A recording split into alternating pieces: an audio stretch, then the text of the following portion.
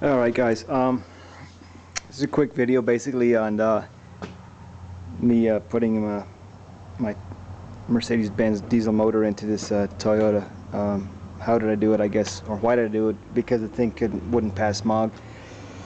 So I had to stuff this bad boy in. Does it fit?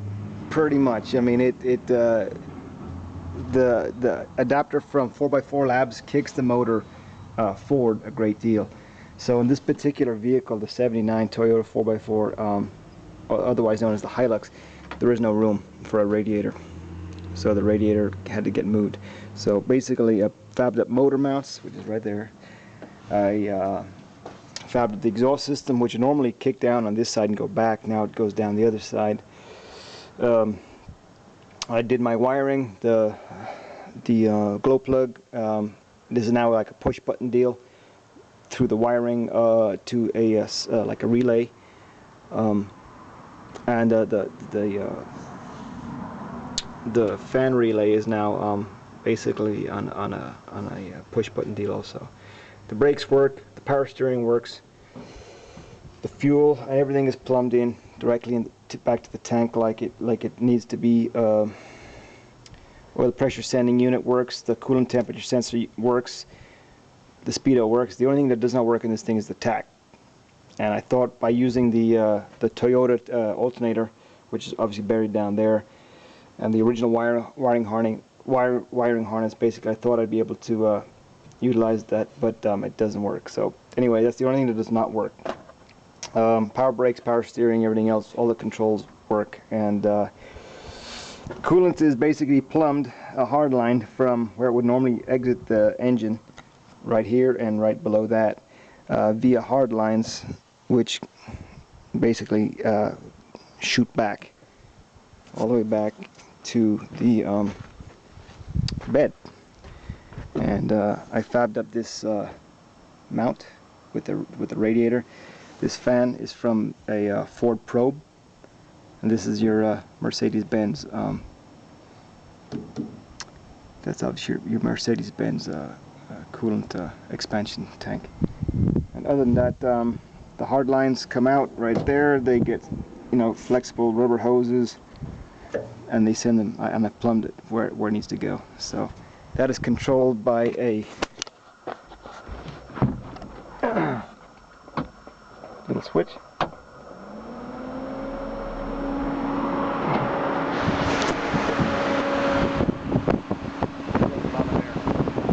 Mention the fact that I made increase the airflow by chopping out a section of the bed. So that design works pretty good because it doesn't overheat. It doesn't overheat at all. In fact, it takes a long time to get up to operational temperature, and that would be only and it's the coolant temp will kind of start to spike a little bit.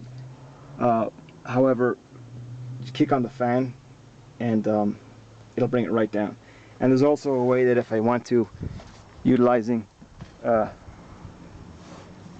this right here, which is kind of like a I guess it's some kind of a heat sensing transistor or a diode, that when the bottom of the radiator gets to a certain temperature, would allow electricity to flow from that terminal to this terminal, which would kick the fan on. So I got that option too to use if I want to. But I guess the only thing right now that I need to work on is I need a bigger battery. And this battery's kind of on its last legs, but let me see if I can give you a demo if you light. It's getting kind of sluggish, but these are your glow plugs right here. I hold it for 7 seconds, and I gotta make sure you turn that thing off, but let's use your light. Okay.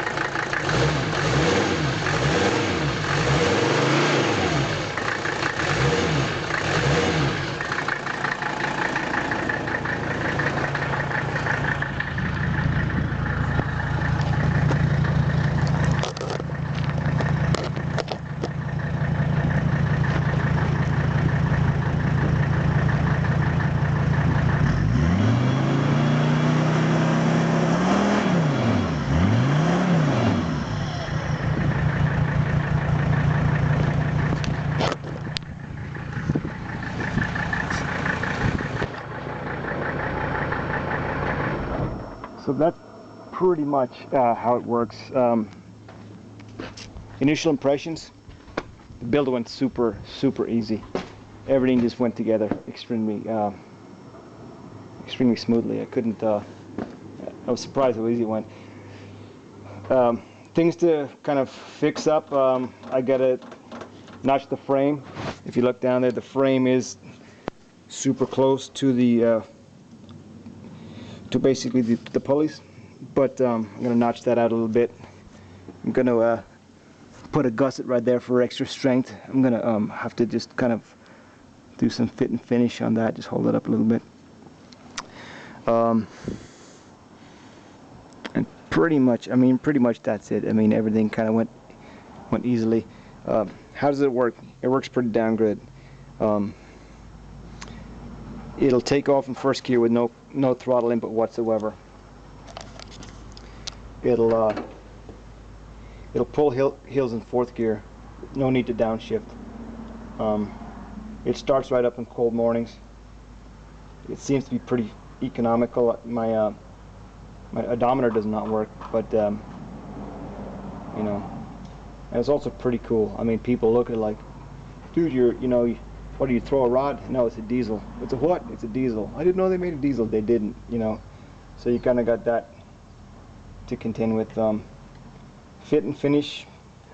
It fits. It needs to be kind of massaged a little bit, such as, you know, the air intake, you know, puts, you know, not much room for a battery, but I'm going to put a bigger battery in the back, probably secured.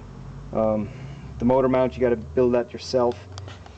Wiring, with basic kind of understanding, I guess, of what it takes to run this vehicle. You know, it's very simple to kind of get parts that you need from a junkyard and just make it, you know, such as, you know, the glow plug relays, push button switches, coolant system, exhaust system. How much did it cost? $250 for the engine, $650 for the adapter, probably about another $1,000 or so in trips to the store, hose pipes, clamps, gaskets, you know, beer, stuff like that. And you know, oh, and sorry, I did not mention this. You can get these motors in without cutting your core support, but it's tight. It's too tight. So if you're going to do it, especially on one of these older trucks, just cut out the core support. There was two areas at the chop, here and here, and then a lower one. And once you do that, it works super easily. The HUD still works. The HUD still closes. Nothing binds. Nothing seems to give me much grief. And the cooling system works very good too. So that's pretty much it, guys. I can't. You know, I'm very happy with it, and I can't imagine going back to gas on this thing. So we'll see how it works out on the trail and just around town and whatnot. So if you have any questions, please contact me directly, I guess, and I'll answer them to the best of my abilities. Thank you very much. Bye.